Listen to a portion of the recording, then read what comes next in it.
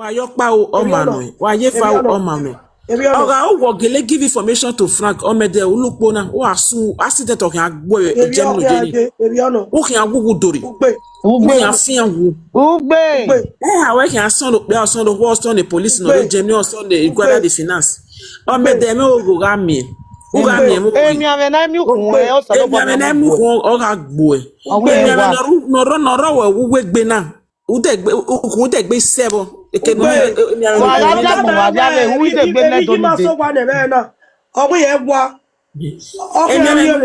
no muna no ya we dore na ge when I hear you man ya kai mu ye free emi ame no muna no ya we o ya na ge tinko na okun ri o kedere ade e de gbe senu e akin avieve we social media okenu ya we media na o me do say ma ya bala agbo ma me no we yan ka ti e na no o me do ga gugu dori o me do ga fian wa si to ga gbo ebe Germany ugbe wa bi e yoro me do ya call for Frank ya we na ebe Germany yan ya we stream me no ya call Frank tell no anything no concerning egwa me Frank unu ni o me de u ga junu ni di ba ke na pa ugu be mi amoya e ugu be mi amoya e mi ame ne mo kun aga mo West Hospital we doctors ya fefefe hun no olode no gbo ma wa ya kan ri enu ugbe olode no gbo ma wa ugbe hun no kenu na ya view kun ye mi ame no mu na wi en wa kun ni de gbe nwin na wi en wa u kan agugu doru kan afian wo wi en wa kan gbo e eti bi o kan gbo e cancer of blood o kan gbo me de wi en wa unless you repent Omede to ya favor do what me boy na do information ge chief be guane do information no be guane boy na ya boy do ye be bo gume nu do favor gima wo ya favor do ma ka talem na ya ma me gima wo ya favor nu gba ma gbo hun tan wa fian wo bo ji o mo ni Kena pa hunu we je mi amenu ko me de gbe nwina edeni rush West Hospital ave nurse ya olode na we kan ri enu ibe je mi gwe mami o boya gen we gbe ya o olode na mo we si we ye mi accident kan bun o we je mi nu je ni stroke kan gbo ogbo no kan gbo stroke ka wa gbo nu ni ave we si ladian because o ma gbon anything concerning palace or makan we there we do call Frankie e bona sekenu ye o wa call una call Frankie give Frank information o me do kan call gbo so ba la video e Frank omo zo me tag global ogwe chief of medogo da ti e fo da yen na do chief of mede me no ma teni ni me na ya na chief of mede chief of medogo temi ya ma Ona the chief na the chief ya egwe ebi ji ma pa ye gwa ebi o se gwa le be na o me do kan fian e ma mo e we ge ni wa asun ya fefefe asun to do de gbe me rest of mind ma ga mo bogbe la so o me de do gbe ma mi picture we na na e ma ga mo bogbu e ma ga ye egbe na ni na do afro pass me la video no ija doya obaro gwa em na broadcast the live video na abe ya we video okay obe so gwa bo kan ma yo obo ka be su pe gbegbe na na mi u ya ate ya ma ugbe snap picture me de na ri ege ni wa so ni wa so nware yo hu wa snap because the TikTok have here for aban ogweme ya snap fi an go ba gbo ya send the group o mi e mo we if we have chief ya ni metamugwe na most of the chiefs they know I'm not lying akati yene accident o ga gbo me de wa ya ra fi an wo talemela wa gbe wa wa na me baba okame chiefida imami no wo me de abi ya be on me de hate these people a lot is against them most especially a Pachifida. Daddy la wowo ubi egbenu hundana o ma like where is giving that a lot about you. I'm not lying to you, Baba. Okay, Baba, wa talk pe. I'm not lying.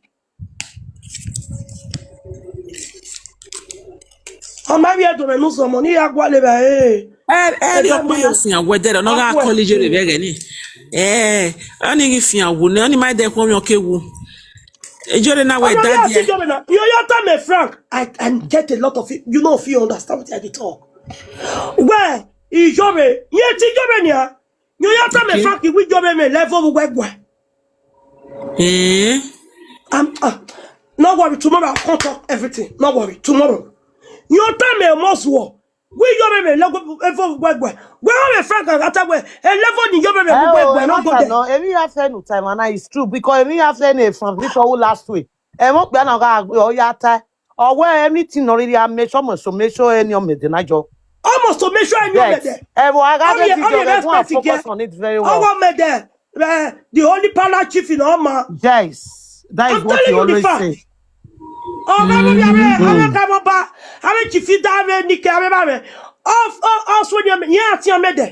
not lying. Omede wa ga mo geni wa asan you know so asan today omede ma mo we geni wa asan ma re meeting na gbina no ba asan na ima hi amu ebo bu omede ima ba no amu ebo gbu we have be na bo ya gbe na ogbe ima ba no ma ya ko ede Sunday mama ni re group ni gbina ni palace we bo ni meje ma ima ba no amu ebo gbu ima mu ima hi adi o ya sulo we na akwa wa gugu doro wa fian gugu bo accident o kan agbo e jemi nu jeni accident o ga gbo me do ga fian gugu ga hian mogun aston today ma handova we ni wa san kan agbo e o kan gugu dori unless uri obo yen gwa kunre eri mama me no wa e emi la wa igbo wa ya fe yen wo wa jealousy wore yen jealousy o me do ga sunwu we ni amyo ivinoro obo ni ye bo se e pe aje yemi odo chief yen whereas u se lo na ye ge ya gbe na we ni o ya gbe ma wo Facebook we ma wa de ko e reflect ebi o ka wo ni yawo yeah, you are chief. You my way, chief for me. I'm here. I'm here. I'm chief. Chief, you know that one take we play. Ni go me go be you awo. O ti wa ko ma no. Jimmy, e ma mo e picture ni. Wa fi en. Chief no la le o bi o bo ni fa ku we gbona ge no wa sunu. Iwe daddy, iwe pa. Daddy we be winner. If you don't use me for that, not use me.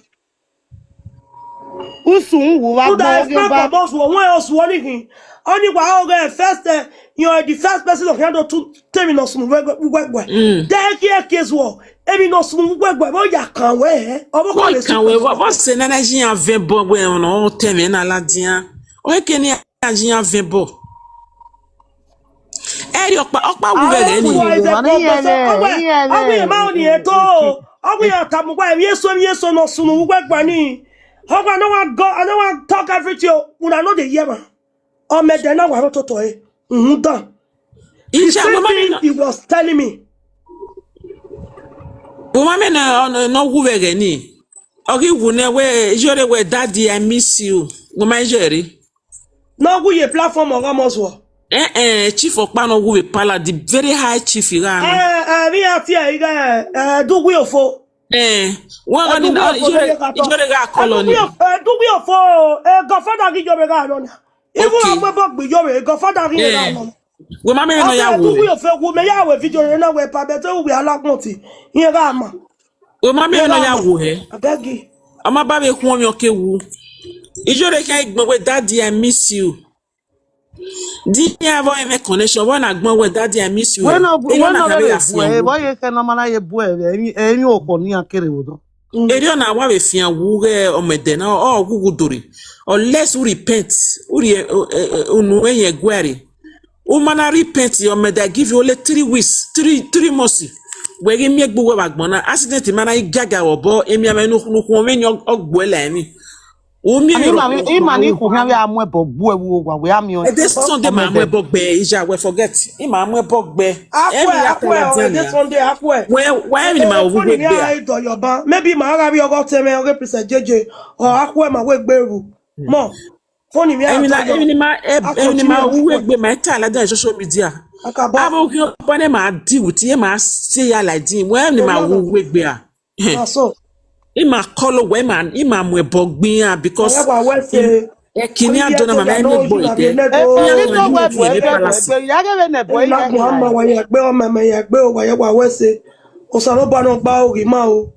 Yo sega do mi maya o sega do ma o jina bi ene do jina bi ene gwa no edo owe usi oba ifo urupo dodo ri awawa oba egwo ba ma o kan fun yo oba Tope Ise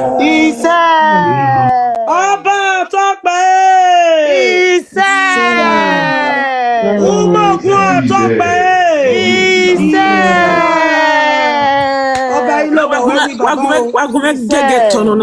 Wagumete get on. Mami a musician yani wato Europe na yari e woni meji. Mami na tie gogo noro. Ahia sweku. Ne nwe noro oga igwan fo na owo ba Tope gogo ta.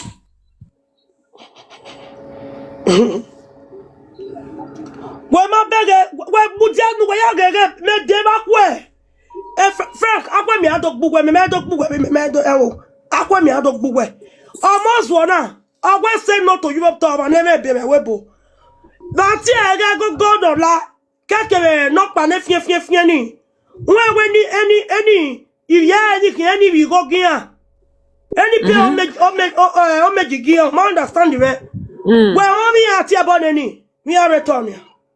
Why not musician though? Why are clear union? There are some of you guys. No, what over of you? Why ya paying? I'm telling you guys.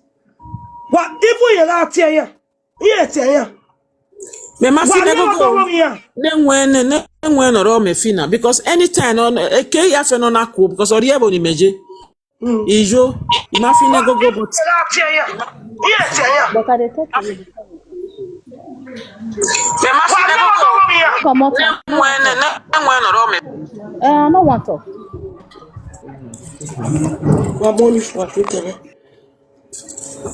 Oh ma, I will be well later or akwe. Nene if you don't have your low battery. God bless you. God bless you.